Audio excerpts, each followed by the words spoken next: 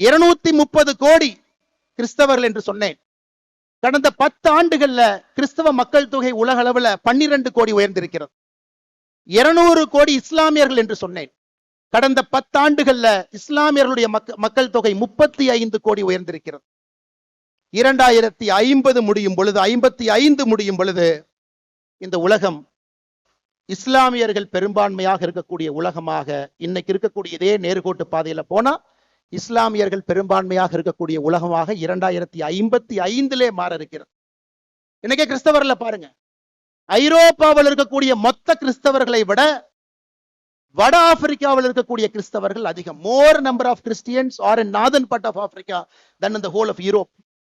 அதையெல்லாம் நாம் புரிந்து கொள்ள வேண்டும். நம்முடைய கலாச்சார சின்னங்கள் எங்கேயும் யாரும் அழிக்க கூடாது. ஒருவர் கூட மதம் மாறக்கூடாது.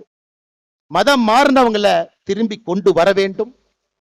120 கோடி இருக்கக்கூடிய உலகத்துல இன்னைக்கு 4வது பெரும்பான்மை சமுதாயமாக இருக்கின்ற நம்முடைய சமுதாயம் தொடர்ந்து இதே போல இருக்கணும். காரணம், இன்னைக்கு தமிழகத்தினுடைய அரசியல் களத்துல பாத்தீங்கன்னா தமிழ் வேறு, ஆன்மீகம் வேறு, இலக்கியங்கள் வேறு என்று பிரித்திருக்கின்றார்கள். ஆனா நம்ம ஊர்ல அப்படி பிரிக்க முடியாது. எந்த மொழிக்கும் இல்லாத ஒரு பெருமை நமக்கு மட்டும்தான் இருக்கு. தமிழும் ஆன்மீகமும் இலக்கியமும் ஒன்றாக இருக்கக்கூடிய ஒரே கலவையாக இந்த வாழ்வியல் முறை இருக்கு. இன்னைக்கு கந்தர் சஷ்டி கவசம் நம்ம பாடுறோங்க, 20 நிமிஷம் நம்ம பாட போறோம். இது முருகனுக்காக பாடக்கூடிய ஒரு பாட்டா? கேள்வி நம்பர் 1.